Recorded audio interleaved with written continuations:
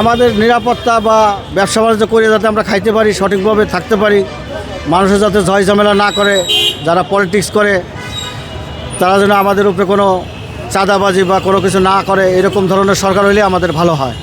আমার নির্বাচনী ইশতেহার পছন্দ হয়েছে জনাব তারেক রহমানের। যেহেতু তারেক রহমান বর্তমানে যে মেচুরিটি এবং যে মেচুরিটি নিয়ে কথা বলে, একজন রাষ্ট্রনায়কের মতো উনি কথা বলে, এবং আমরা তাকে ভোট দিব এবং তার হাতকে শক্তিশালী করে আগামী সরকার যদি বিএনপি গঠন করে, আমি আশাবাদী যে আমাদের সমস্ত প্রত্যাশা বিএনপি পূরণ করতে পারবে। একমাত্র বিএনপি প্রত্যাশা পূরণ করার মতো দল। ভোটটা আমরা এবার দাঁড়িপাল্লাতে দিব। আঙ্গর ইসলামী রাষ্ট্র, মুসলিম, আমরা মুসলমান, আমরা ইসলামকে ভালোবাসি। আমি বিএনপিকে ভোট দিব, কারণ বর্তমান যে বিএনপির চেয়ারপারসন জনাব তারেক রহমান তারুণ্যের প্রতীক, এবং তার যে বর্তমান বডি ল্যাঙ্গুয়েজ এবং তার যে অ্যাটিটিউড এবং তার যে বক্তব্য, সর্বোপরি সব কিছু মিলিয়ে আমরা আশাবাদী যে ওনার হাতে যদি রাষ্ট্র ক্ষমতা যায়, উনি যদি প্রধানমন্ত্রী হন, ওনার দল বিএনপি যদি সংখ্যাগরিষ্ঠ আসন পেয়ে সরকার গঠন করে, অবশ্যই আগের চেয়ে অনেক ভালো করবে, এবং আমরা প্রত্যাশা করি দেশ সব দিক থেকে উন্নত হবে।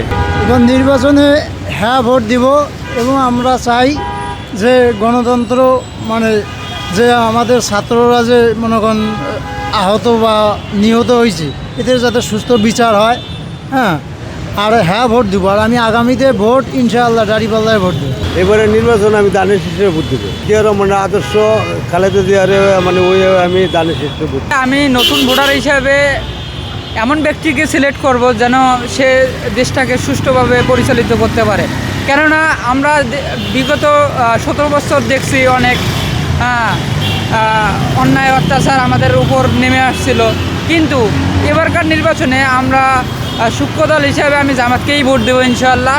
কেননা আমি জানি না ওরা কি করবে না করবে, কিন্তু আমার মনে হচ্ছে আওয়ামী লীগ, বিএনপি এরা দুই দলেই মানে আমার কাছে সেম মনে হয়, আর আমার ভোটটা আমি জামাতকেই দেবো ইনশাআল্লাহ। দুর্নীতিমুক্ত বাংলাদেশ চাই, এবং দেশে শৃঙ্খলা ভালো, আইন শৃঙ্খলা বাহিনী ভালো চলতে পারে থাকে, এই সুবিধাটা আমরা যদি পাই তাহলে আমাদের সুবিধা, আমাদের নিরাপত্তার দরকার।